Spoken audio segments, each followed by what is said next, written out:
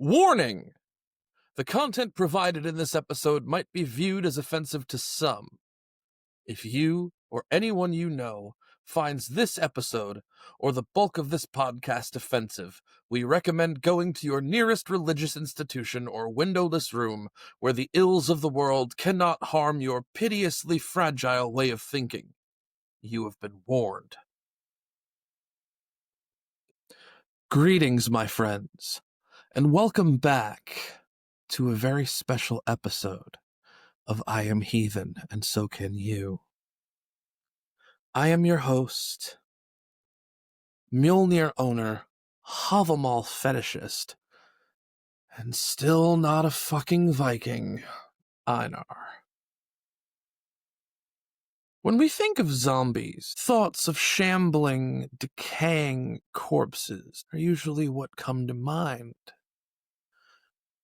And if you're a horror movie junkie like I am, the phrase, "They're coming to get you, Barbara," come to mind right before watching that man get attacked by a hungry corpse. And while the term zombie originates in Haitian voodoo, it doesn't refer to a corpse brought back from the dead. The term zombie is, in point of fact, an allegory for the horrors of slavery. A zombie, in the Haitian sense, is a person reduced or brought back from a near-death state, stripped of free will, stripped of choice, and forced to do the bidding of the person who brought them back. Now, while shambling corpses hungry for flesh isn't exactly allegorical for slavery, and that particular term carries with it unfortunately heavy historical connotations, zombie is what we all think of when the hungry dead first come to mind. And that is what we will be talking about today. For I will be doing my retelling of a Viking Age horror story. A story claimed from the sagas, a story so dark and so outright terrifying, it's scarce to be believed that it stemmed from the time period that it did. And with that said, let's get right into it. Our story begins, as these stories often do, with two men, warriors of considerable skill and renown. Warriors who fought and raided together. Warriors who amassed wealth and honor together. Warriors of such combat prowess, they vowed never to test their skills against each other, for it would mean certain death. Warriors who became as close as brothers. They swore an oath to each other that if one were to die, the other would avenge the fallen.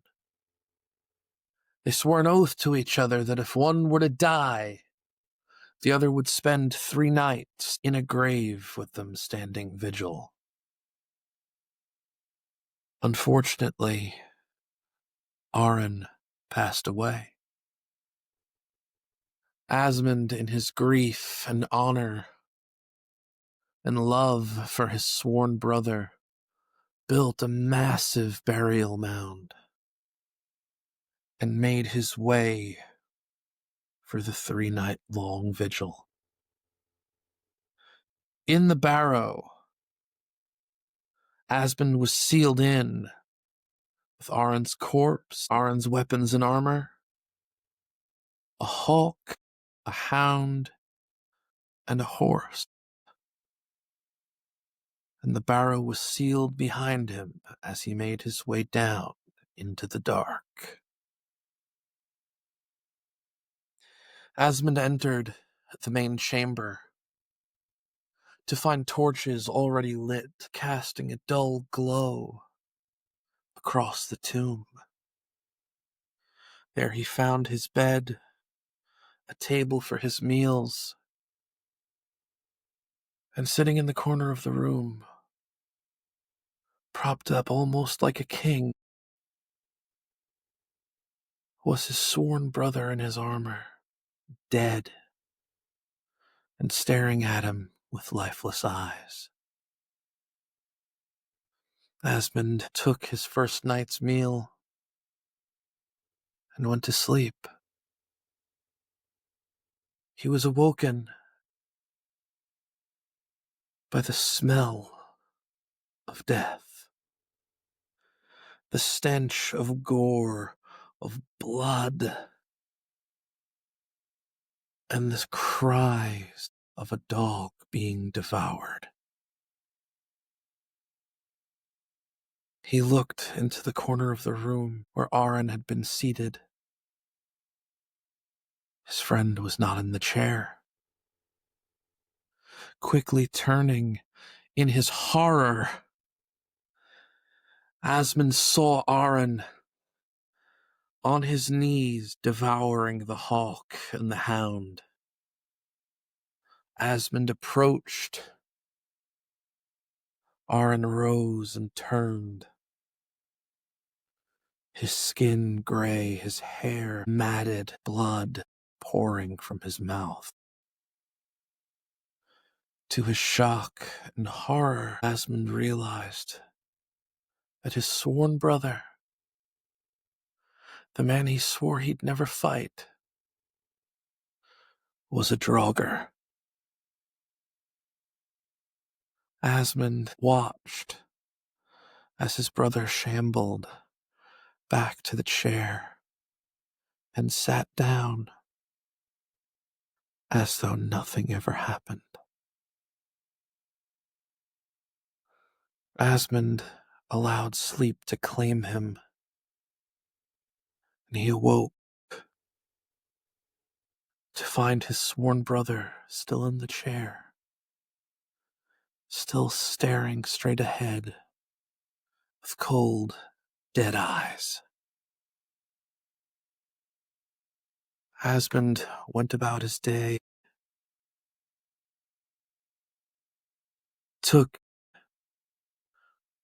a small portion of his second meal, and watched the fingers on his now dead brother grip the armrest of the chair. In fear and in fatigue, Asmund allowed sleep to take him. He awoke to the sounds of the horse being torn to pieces by the Draugr. He awoke to find the Draugr approaching him, carrying the horse behind him, dragging it as though the horse weighed nothing, and presented a piece of the meat to Asmund. Asmund motioned to his meal and simply shook his head no. The Draugr, confused if one could register such emotions on the dead, shrugged and gorged on the freshly killed horse. At this point, Asmund thought he was going insane. Asmund felt his very blood beginning to boil, the sense of electricity prickling on his skin. One day, he said to himself, one day, and I can be free of this oath. He allowed sleep to take him again, only this time, instead of the sounds and smells of death, he felt hands grasping his head and squeezing, he opened his eyes to see his sworn brother, now dead, standing over him. Arun, with jaws snapping and the strength of 10 men, pinned Asmund to the bed, and kicking and fighting with all of his might, Arun knelt down and bit the ear clean from Asmund's head and rended his face with sharp, sharp nails. Asmund managed to kick himself free, kicked the Draugr down to the floor, and saw his brother's weapons next to the chair. He drew the sword, and in one fell stroke, cut the Draugr's head from its body. The head rolled on the floor to the feet of Asmund and looked up at him with one hollow moan. Asmund noticed the headless corpse slowly fighting for purchase, coming to its feet, trying to find its head. Asmund claimed one of the torches that was on the wall and drove it into the chest of the corpse, and it took fire immediately. Asmund grabbed what little treasure he could, saying, "To hell with my oath, to hell with what I promised my brother," and made for the basket that would take him to his freedom. "Let me up," he cried, screaming and yanking on the rope. He felt a wave of relief wash over him as he slowly began to rise to the surface, slowly began to feel the heat of the sun on his skin for the first time in 3 days. And as he rose to the surface, the men who he had paid to stand watch over the entrance to the barrow screamed and ran in terror at the sight of their paymaster. He was missing an ear, his face torn to shreds, gray from ash. Did the men he paid pull Asmund from that tomb? Or was it the Draugr? Did you all seriously think I was going to leave you hanging? Did you all seriously think that I was just going to share a scary story and not drop my academic spin on it, my philosophical spin on it? The story of Arun and Asmund, aside from being an incredibly well-written horror story, is a testament to the importance of hospitality in Norse culture. It's a testament to that bond of brotherhood and the breaking of oaths.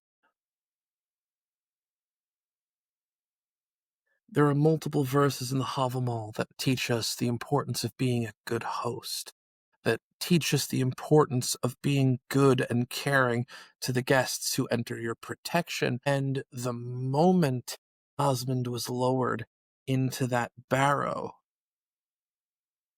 he was not protected by guest right of the living, but rather by guest right of the dead.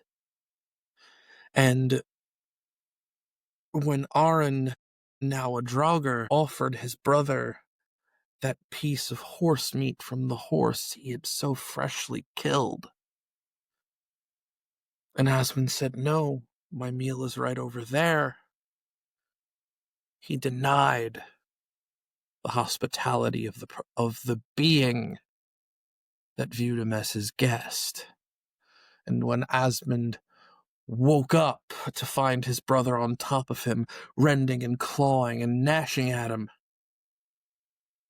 getting his ear ripped off, getting his face rended, that was the price he paid for denying the hospitality of the dead. And while it is said that Draugr come from greedy, evil men, there is no real record of the kind of person Arun was in life. All we know is they were sworn brothers, warriors of such renown that they vowed never to fight each other, for it would mean certain death for them both. And if you amass that much wealth, I mean, I'm editorializing here, but sure shooting, you're going to end up doing some greedy shit. That, my friends, is all the time we have for today. Tune in next week and all weeks on Thursdays at 7 a.m. Eastern Standard Time for more heathen-centric drive time radio. Tune in next week when we start covering the gods, and we will be starting with everyone's favorite Tom Hiddleston impersonator, Loki. If you'd like to connect with us outside of this platform, you can find us on TikTok and Instagram at Chef Einar Blackthorn. You can find me on IG at Chef Einar Blackthorn, Red Note at Chef Einar Blackthorn. We're expanding everywhere, my friends, and fairly soon, within the next week or so, we will also be on Patreon. Now, in accordance with tradition, as we do in every one of these episodes, if you've a drink, raise it high and repeat after me. Hail the gods, hail the folk, hail the ancestors, and most importantly, hail yourselves.